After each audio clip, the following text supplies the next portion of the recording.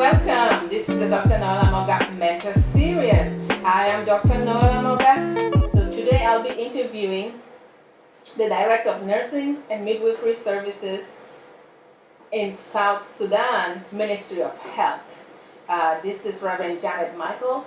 She oversees all the nursing and midwifery services, and today we'll be talking about the status of midwifery, nursing education, and any public health campaigns underway at the Ministry of Health. Thank you very much. I will be right back. Don't go away, and don't forget to subscribe to Taste of South Sudan. So once again, everyone, welcome back to the Dr. Noela Mogga Mentor series. Let's offer a warm welcome to Director of Nursing and Midwifery Services, Rev Janet Michael, who's seated right next to me here. Rev Janet Michael also happens to be my mother. It's an honor for me today to be interviewing her. How are you doing today, Mommy? I'm doing well. Thank you for coming and conducting this interview. I'm very happy about it so that our status can also be known anywhere else. Yes, ma'am. Okay, so my first question to you is, tell us about your nursing education. Of course, we the people who came after that time, what we call the agreement, the Addis Ababa Agreement of 1973. So because we saw nursing in Uganda and were able to go and join the high nursing school in Khartoum, the nursing college in Khartoum, which was training registered nurses only. And there were very few of us. In fact, the total classroom we were all about 20. And when we graduated, we were about 16. That was for the whole Sudan. It was for 3 years, intensive, and 11 months academic year. And we actually had 1 month for holiday, which meant we did more than what was supposed to be for a diploma. It would have actually offered a bachelor degree. And later, of course, we started working. And at that time, Sudan had very few registered nurses. What we had was the practical nurses who entered into services, more of a kind of a training of apprenticeship, whereby they're trained on practicals straight away in the hospital, mainly on the bedside. And those of us who graduated were very few, so we took more of the supervisory position, leadership, mentorship, and at the same time teaching the students when they come for practicals. Of course, later on, I went to do midwifery, registered midwifery in Kenya, in the Kenya Medical Training College in 1989. Of course, at this time, the war was raging in South Sudan. I was not able to come back to South Sudan. We ended up in Khartoum. Therefore, I continued to work there before we also left Sudan with the same reason that there was a problem, civil war. Thank you so much. Reverend Janet Michael, what positions did you hold? You mentioned working in Khartoum. What do you mind to share with us the positions you held there? Yeah, at that time, I was more of in charge of the ward. I was in Juba Teaching Hospital. First, I was in University of Juba Teaching Hospital in charge of the health services for students. I then transferred to Juba Teaching Hospital, and I was also in charge of a ward, medical ward.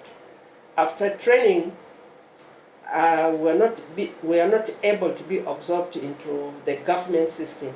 So we were more in a private facilities where we offered midwifery services. And I think later on I left and worked with the MSF as a deputy medical director for the MSF France, which was also running medical services for the displaced people in Khartoum. And then, of course, after CPA 2005, we came back. We came back and I joined the ministry in the present position that I am in. Okay, thank you so much. So now my next question is, describe to us your duties as Director of Nursing and Midwifery at the Ministry of Health currently. Well, as Director of Nursing and Midwifery, this is actually a new position. When we were Sudan, we did not have any nurse placed in the Ministry of Health. So when I took office, it's kind of starting from the scratch.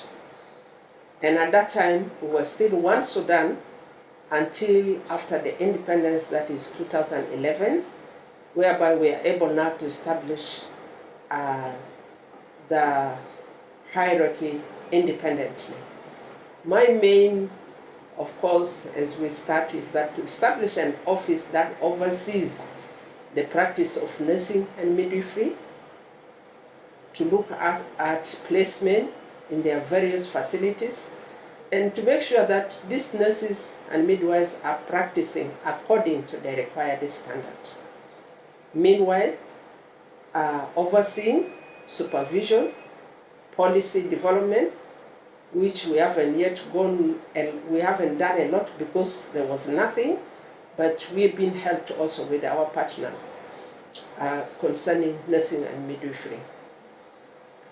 And the country is so wide that we are not able to go to all the parts to supervise.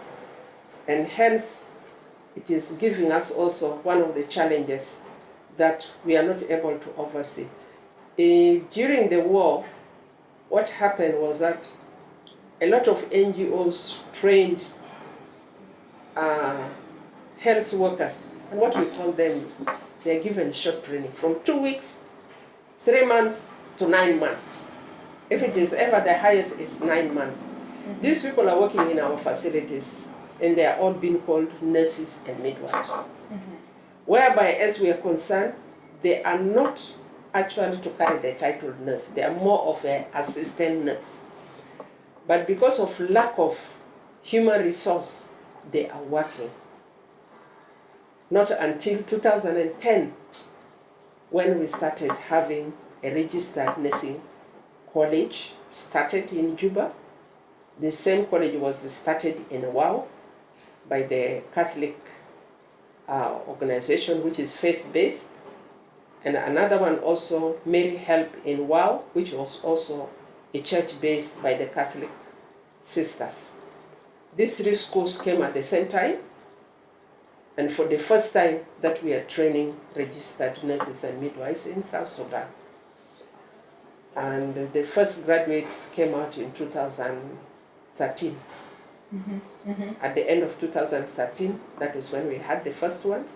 2014, they were able to be deployed into services. Otherwise, from assessment, which were done in 2006, according to Sudan Household Survey, there were only qualified professional, there were only 8 professional midwives, of whom many were now administrators, including me. And very few nurses. Of course, we are lucky that we had nurses. The University of Upper Nile was already training nurses, offering a bachelor degree in nursing science and diploma. Therefore, most of the graduates had come from the Upper Nile University, but they were a handful, about 10, 20. There were not so much to cover all the hospitals. So mainly they were deployed in the big hospitals, that is Juba Teaching Hospital, Wow Teaching Hospital, and Malakal Teaching Hospital. Mm-hmm. We could not deploy them into the states because there were so few. We can have one, for example, Unity in Bentiu. We had several of them. And places like Awil, we had none. Kwajok, I think we had one. Therefore, most of them were based in the bigger hospitals. Mm-hmm. Yeah. So, right now, we are grateful that we are now having more midwives. And of course, if you know, our maternal mortality rate at that time had registered very high at 2054 per 100,000 live births, which was very pathetic because we did not have professional midwives on the ground. And at that time also, we had the training of the traditional birth attendant, whereby women who were already helping, supporting women in the community were brought to be trained and given 3 months training. Later it was 9 months. They go through a process so that they can do clean delivery. These TBAs are able to conduct normal delivery. But when it becomes complicated and that there is obstructed labor, sometimes they are not able to identify, such that they kept the women longer at home. When they arrive the hospital, it is already too late to carry out any emergency, and hence the high maternal mortality rate. Therefore, that was the state that the country was in, especially in South Sudan. And of course, we had also people who were trained, they were called maternal health workers. They also practiced as midwives. And from 2012, we have structured all the trainings that now we are not going to have any of those lower level training, random training. We are going to have institutionalized training. Though 2006 we had started a training for 18 months for midwives, to call them community midwives. After 2012 we stopped that training because it did not meet the demand. It also took a low level. One of the things that I want our people to understand is that nursing and midwifery was never an attractive profession. It was looked like the last thing for you to do. If you failed your exams, you did not go to university, then somebody will say, oh, why can't you become a nurse? Why don't you become a midwife? Therefore, the society or our community were looking down upon nursing, and therefore it is not attractive to the young scholars. So those who pass the exams, if you tell them, please join nursing and midwifery, they say, no way. And it's now that when we started these 3 colleges, we are now having a high intake, people applying. Other than at the beginning, there were very few. When we started the nursing college here, we had 20 for nursing, 20 for midwifery intake. But that was with a struggle.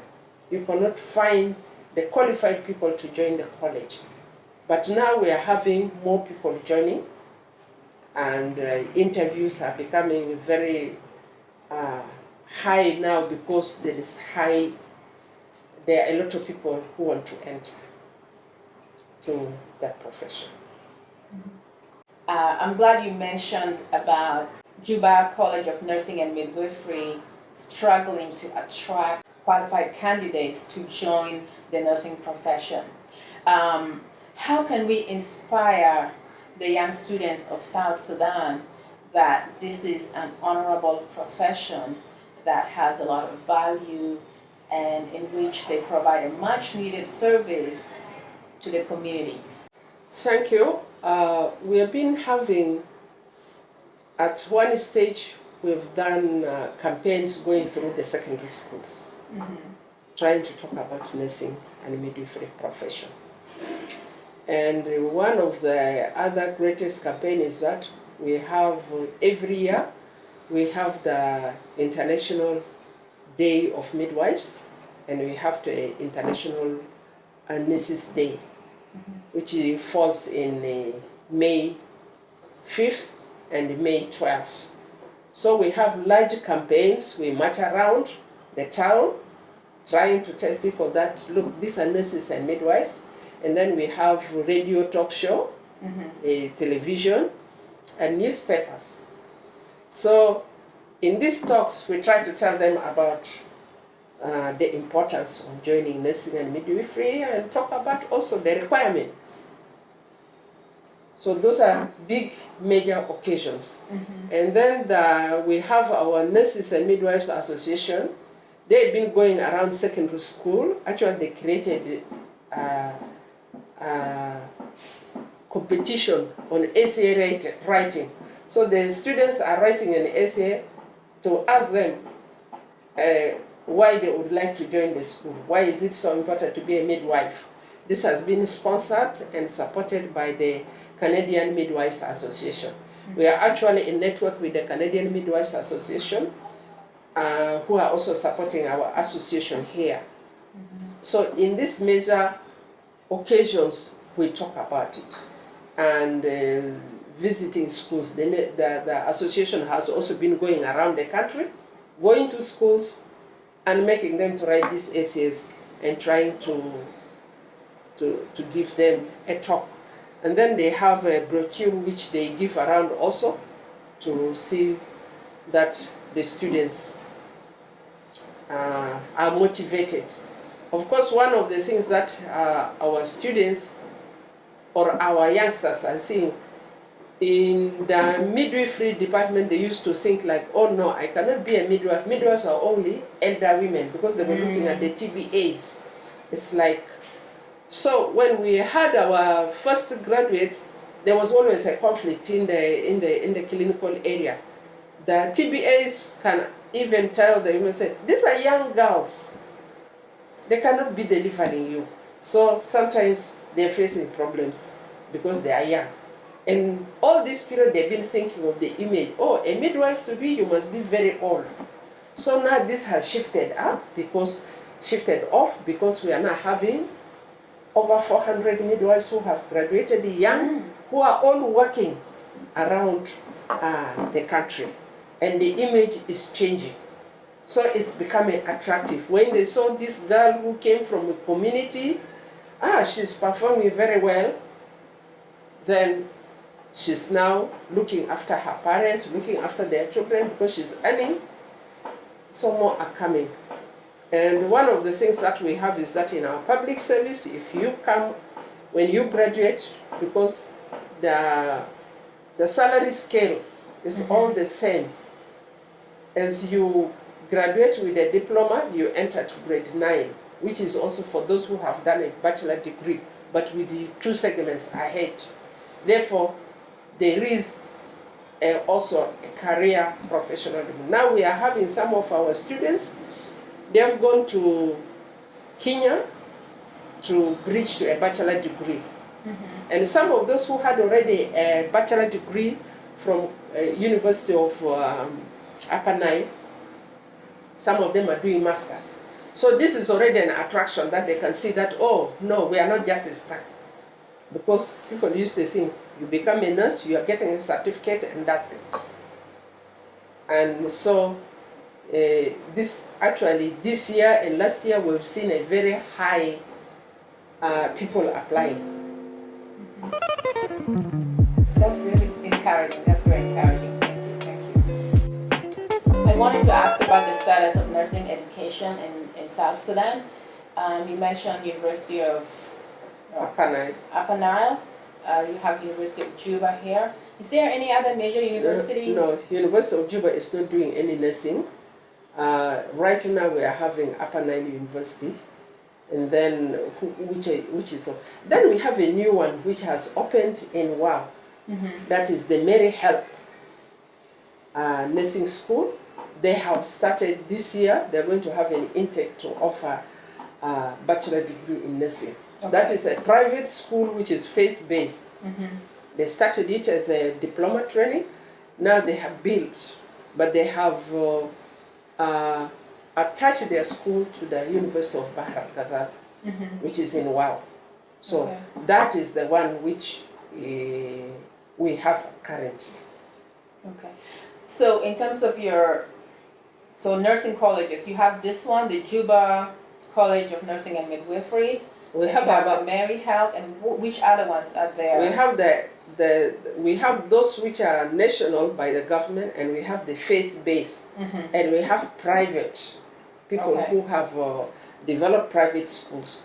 And then we have other schools which are, we call them state-owned schools. So the national intake we take from all the country. And we have about 4. That is Juba College of Nursing, we have Kajukeji, we have Meridi, and we have Juba. Yeah, we have Meridi, which is run by AMREF, and then we have Yei. Yeah, okay. And then in the other states, we have a school in Torit, which is run by the state. We have a school in Juba here, which is run by the state also of that time Central Equatoria, but now it's under Juba. And we have one in Yambio, in Awil, and in Wau. And the others are just starting also new. So we are having those schools which have come up. What previously we used to have was we used to offer certificates, which was for 2.5 years, but from 2015, the ministry came up that we no longer do those low-level training. It is only starting from diploma, and then we move to a bachelor degree. Okay, so are there any public health campaigns underway in South Sudan? So I was encouraged when I saw the billboards. One of them was wash hands, avoid cholera, and I think a few years back I had seen one about it was, I think, do not commit violence against women, and then at one point there was one about mosquito nets. What is the Ministry of Health focusing now that they want the public to know about? Well, of course there are many campaigns. We are having, there are days for some of those diseases. Like we have the malaria day. When it is a malaria day, there are a lot of campaign going around in the radio, on the TV, and this is all for people to work hard so that they can prevent malaria by using mosquito net. The same thing, we have the Midwifery Day. That is also part of campaign, telling women to come to seek services in the hospital, not to deliver alone at home, to seek a skilled birth attendant. We have the TB Day, the Tuberculosis Day, also the World's AIDS Day, and all the other days that are being commemorated. Like yesterday, people were commemorating the World Health Day, which was done by World Health Organization around, so it focuses on health. Right now, we are also looking at, for example, we are having around Ebola, for example. So there are a lot of campaigns against Ebola, what people should do, and for the children, especially polio campaigns. Polio campaign and measles campaign, I think for the last 2 or 3 years, we have not registered any polio in South Sudan, which is a great thing, unless it is imported. Because in our neighborhood, we are still having polio in Nigeria. Nigeria may look so far, but the herdsmen, the nomads, they move around. Even they reach up to South Sudan. We have people who come, they call them Omboro. They actually come from Nigeria. And we have Chad around us. And of course, we are having Congo, Ethiopia. So mainly at that time, polio is so high still in Nigeria. So unless it is imported. And the campaigns are still going on. And measles at the same time. Why are we having measles? We are having measles because from the movement of people, when they moved from one place, their children are no longer vaccinated, especially now when there is a high displacement. Mothers have moved with the children who are not vaccinated. Then you find that a group, or maybe an epidemic, there is a breakout of measles in some of the communities. So these are all taking place from the national to all the states. And I've also seen posters telling people to donate blood. That is also a day for the World Blood Donor Day. There are campaigns to ask people to donate blood. Why are these campaigns so high? These campaigns have to be done for people to donate blood because people do not come out easily to donate blood. Normally what we have is we have the blood bank with no blood in it. And people only come when they have a relative who is sick, then they will bring the relatives to come and donate blood. Mm-hmm. So that drive is being made so that the public will come and donate blood. And therefore, on the day of the donate blood, very many people come. We have the students going to donate blood. We have the people from UNUMIS, from all the other organizations and youth trying to donate blood. Mm-hmm. Because we are having one of the causes of maternal mortality rate is also hemorrhage. Sometimes somebody needs blood, there's no blood. Mm-hmm. So those campaigns are helping. In fact, we've been having a lot of campaigns. One of the genie worm campaign were very, very high. But now we are very happy that genie worm has been eradicated in South Sudan.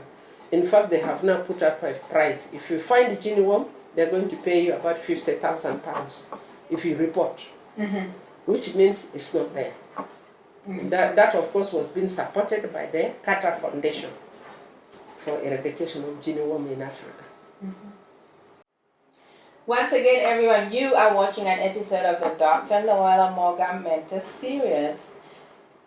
Do not forget to subscribe to Taste of South Sudan channel on YouTube. We want to thank Director of Nursing and Midwifery, Rev Janet Michael, for taking the time to talk to us, educate us about nursing education in South Sudan, and enlighten us about the public health campaigns underway. A lot is happening, and if you're watching this from South Sudan, do encourage your son or daughter to enter nursing profession as a career. It's very rewarding, and I think most importantly, it is so much needed for the health of the population of the country. Thank you for watching, everyone, and Reverend Michael, my pleasure. I want to say thank you, and especially those of you who are outside there, we need your support. Support our schools with books, with all the needed equipment. Thank you. Thank you.